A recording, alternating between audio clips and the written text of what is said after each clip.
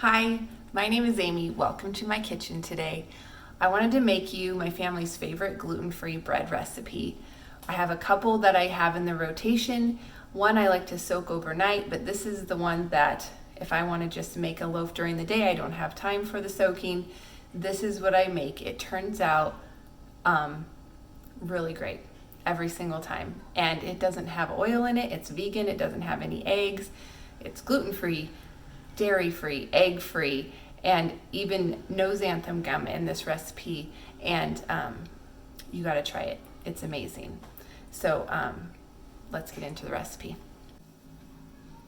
Okay, so first thing you want to do is you're going to have 2 1/3 cups of warm water, and to that you add 1/3 cup of psyllium husk. So you want to mix that up really good. It takes some time for it to absorb. So you add your psyllium husk to the water, and you also want to add your 1 teaspoon of yeast.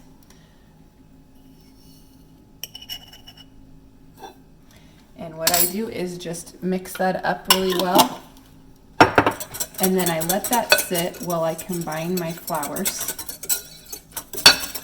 in my mixing bowl. And I'll show you what that looks like after it sits. Okay, so next you're going to get your flours all mixed together, and you want to add 1 1/4 cups of millet flour. You could add other flours, but I really like how millet turns out in this. You're going to then add 3/4 cups of sorghum. These are all grains. I have them in Ziploc baggies because I grind them fresh and I keep them in my freezer so that they stay fresh. Then you're adding 1/2 cup of potato starch. I like to put those right here, arrowroot potato starch, because I'm baking a lot. Okay, so you got 1/2 cup of potato starch and 1/2 cup of arrowroot.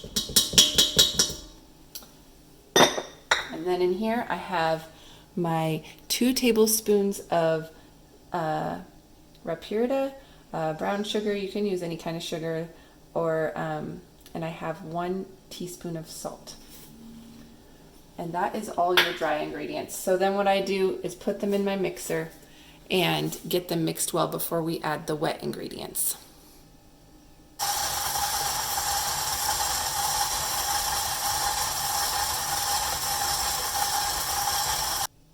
All right, here is the psyllium husk, water, and your yeast that you've let set for like 5 minutes, and it gets nice and gelled. And you're going to add this to your flour mixture.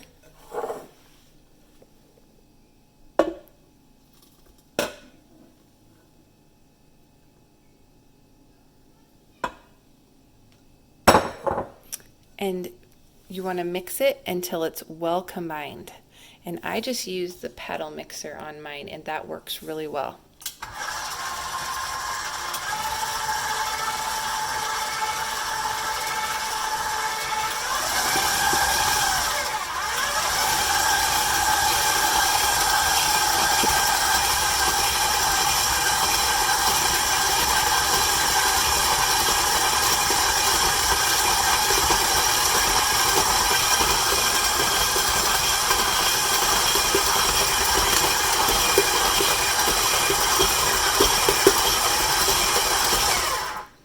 Okay, you can see that it like came together and it's forming its own mass. It's tacky, sticky, but not like super sticky. And that is the perfect texture. So I might let that mix just for like 30 seconds to a minute. And then we'll get it ready to raise.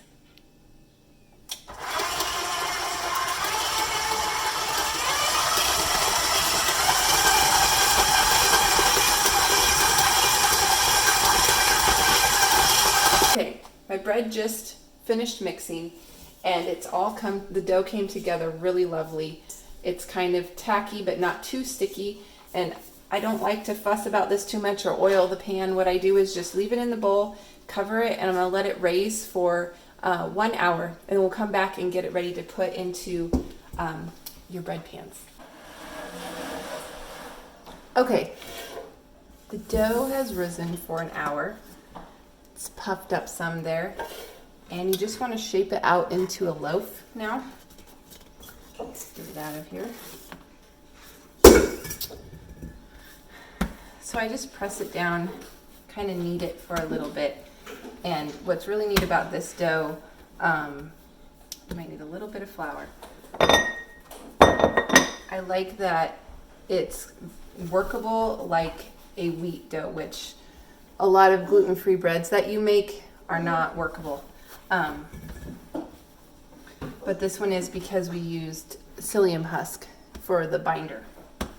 So I don't worry about it getting too perfectly smooth. I know that you can do that if that's how you prefer. I just want to get it all flattened out here, and I roll it into a loaf like that. And I've got this, I think this is, what is it, USA pan. I buttered a little. It's a nonstick pan, but they're really nice for making like a gluten-free loaf, or I'm sure wheat loaf would be good too, but I like how it makes the loaf. So put it in there. You're gonna let it rise for 30 to 45 minutes, and then we'll put it in the oven.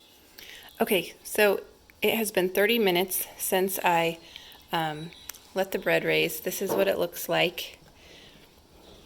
I don't know if you can tell from here, but it's getting there. What I am going to do is leave it covered and preheat the oven to 450. And while that preheats, I'm going to let this finish raising, and when it's done, we're going to put it in the oven. Okay, it's been 45 minutes, and that seems like the perfect amount of time for this to rise. So let me show you what it looks like. All right, we almost come to the top of the pan, and the oven's preheated to 450.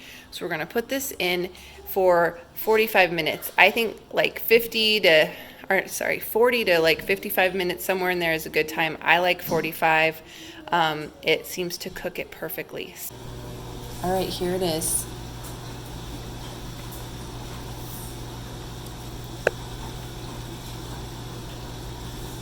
Makes the best toast.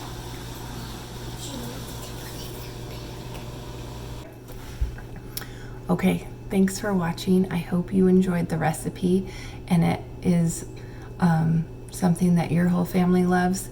I would say you can leave the bread on your counter for 2 to 3 days. But before or after that, I would freeze it. You could slice it up and freeze it, or just throw it in and pull it out later and slice it.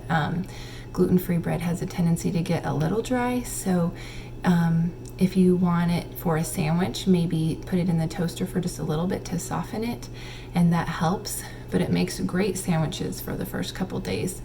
And then after that, we just like to use it for toast.